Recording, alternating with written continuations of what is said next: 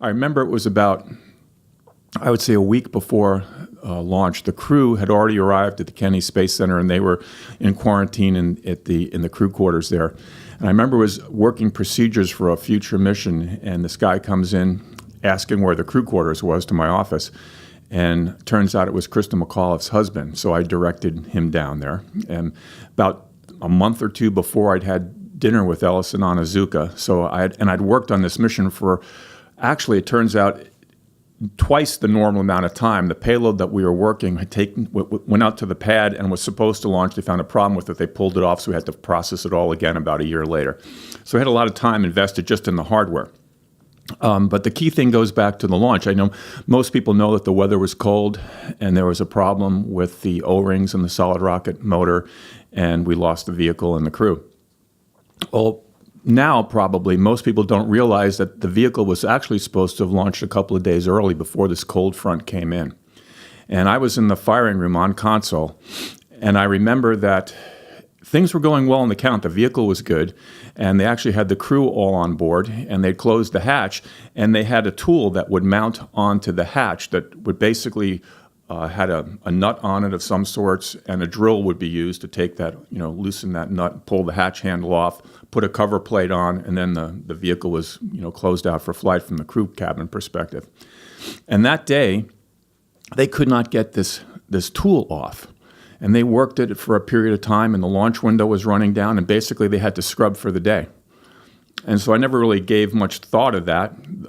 We launched Challenger a couple of days later, and then there was the loss, and I remember that was a horrific day. We were supposed to launch early in the morning. I think at 7:38. It wound up going at 11:38. The crew had been in the cabin for a long time. We lose the vehicle. So I had gotten into work at like 1 o'clock in the morning, so I didn't get home till around 2, and then we were told we needed to come back at like 5 that night.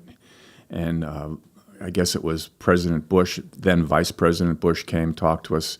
But the interesting thing, the thing that I wanted to really share with you that ties it all together is a couple of days later, we were sent out to the pad again. We had hardware in the mobile launcher platform that supported the payload that we had. And so very few people were allowed to go in there and secure that hardware and secure things that were still running because there was this big incident. They didn't know what the cause of the problem was then. And I remember being in the bus driving out there with about 10 other people, and one of them was a technician who had tried to take that hatch tool off. And he said that the problem was that the electric drill that they had, or ratcheting tool, the batteries were all dead. And he was sitting there total in angst in his own world, but talking to people saying, I charged all those batteries, and I went down to the trailer and I got every battery I had, and when I got them up there, they were all dead. And he goes, I don't know how that happened. And in a way, he had internalized it and blamed himself. That it was like, had I gotten that tool off, we'd have launched that day before the weather came in, and none of this would have happened.